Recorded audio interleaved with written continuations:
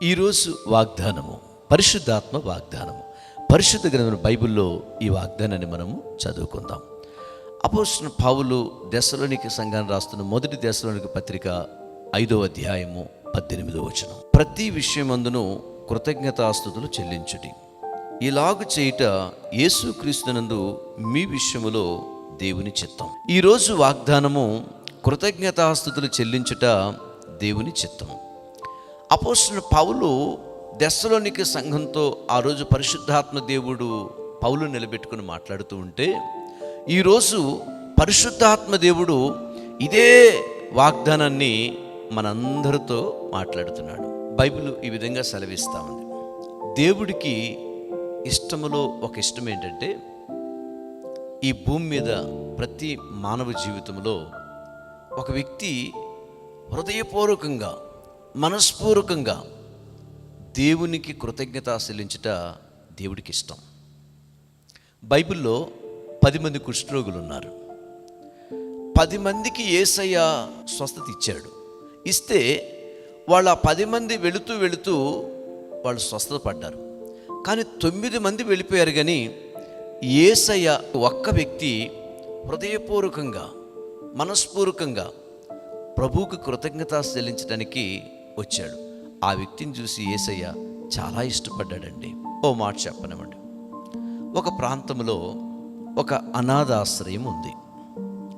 ఈ అనాథాశ్రయంలో ఒక కుటుంబం అక్కడికి వెళ్ళారు. వాళ్ళు వెళ్ళిన టైం ఏంటంటే, ఉదయకాల సమయంలో 8 గంటలకి బ్రేక్ఫాస్ట్ చేయడానికి వెళ్ళారు. వెళ్తే చాలామంది పిల్లలు కూర్చొని ఉన్నారు. ఇంకా బ్రేక్ఫాస్ట్ అవ్వలేదు. ఈ లోపల పిల్లలందరూ రెడీ అయిపోయి వారందరూ వచ్చి కూర్చున్నారు. అక్కడున్న ఆ అనాథ శరణాలయం నడిపే వ్యక్తి వాళ్ళందరికీ చెప్పాడు, బాబు మీరందరూ దేవుని స్తుతించండి, కొత్త పాటలతో దేవుని స్తుతించండి, హృదయపూర్వకంగా దేవుని స్తుతించండి, మనఃపూర్వకంగా దేవుని స్తుతించండి అని చెప్తున్నాడు. ఈ కూర్చున్న కుటుంబం అలా చూస్తున్నారు. ఆ పిల్లలందరూ చుట్టూ కూర్చొని ఉన్నారు. వాళ్ళు హృదయాంతరంగా ప్రభువుని స్తుతిస్తున్నారు. ఇలా స్తుతిస్తూ ఉండగా అనాథ శరణాలయం మెయిన్ గేట్ డోరు శబ్దమైంది.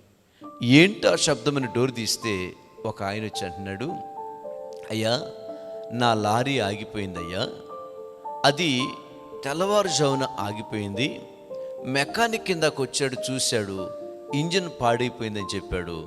దయచేసి నా యొక్క లారీలో ఉన్న సరుకు ఏంటంటే పాలున్నాయి, నాకు చెప్పారు ఈ పాలు పాడైపోతే ఏం చేద్దాం అనుకున్న సమయంలో ఇక్కడ అనాథ శరణాలయం అనేది విన్నాను, ఈ పాలన్నీ మీరు తీసుకోండి అని చేశాడంట. గట్టిగా దేవుని స్తోత్రం చెప్పాలి. ఇంకొక ఆయన వచ్చి దాని తర్వాత వచ్చి, అయ్యా తెల్లవారుజామున కల్లో మీకు తీసుకెళ్ళి బ్రెడ్ ఇమ్మని చెప్పాడని చెప్పి ఒక పెద్ద ఆటో నిండా వేసుకొని పిల్లలు సరిపోయేంత బ్రెడ్ తీసుకొచ్చాడు. వాళ్ళు దేవుణ్ణి స్తుతిస్తుండగా, హృదయపూర్వకంగా దేవుణ్ణి స్తుతిస్తుండగా వాళ్ళ జీవితంలో జరిగిన కార్యం చూసారా?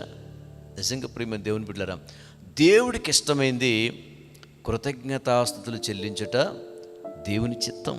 కాబట్టి ఈరోజు నీ జీవితంలో హృదయపూర్వకంగా ప్రభువుని, మనస్ఫూర్తిగా ప్రభువుని నువ్వు కృతజ్ఞత చెల్లిస్తే నీ జీవితంలో గొప్ప గొప్ప కార్యాలు దేవుడు చేయబోతున్నాడు. ఈరోజు నీవు దేవుణ్ణి స్తుతిస్తూ ఉండు.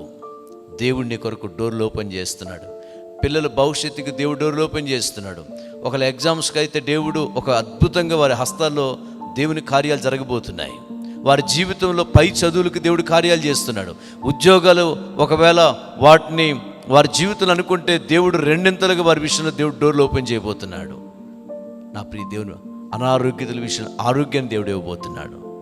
మీ జీవితంలో అది ఏర్పడాల్సిన అవసరం లేదు, కానీ కృతజ్ఞత చెల్లించడం మీరు దేవుని దగ్గర నేర్చుకోండి. ప్రభు మీ జీవితంలో నూతన డోర్లు ఓపెన్ చేసి మిమ్మల్ని ఆశీర్వదించడు గాక. ప్రార్థన. ప్రేమగల యేసయ్యా నీకు వందనాలు.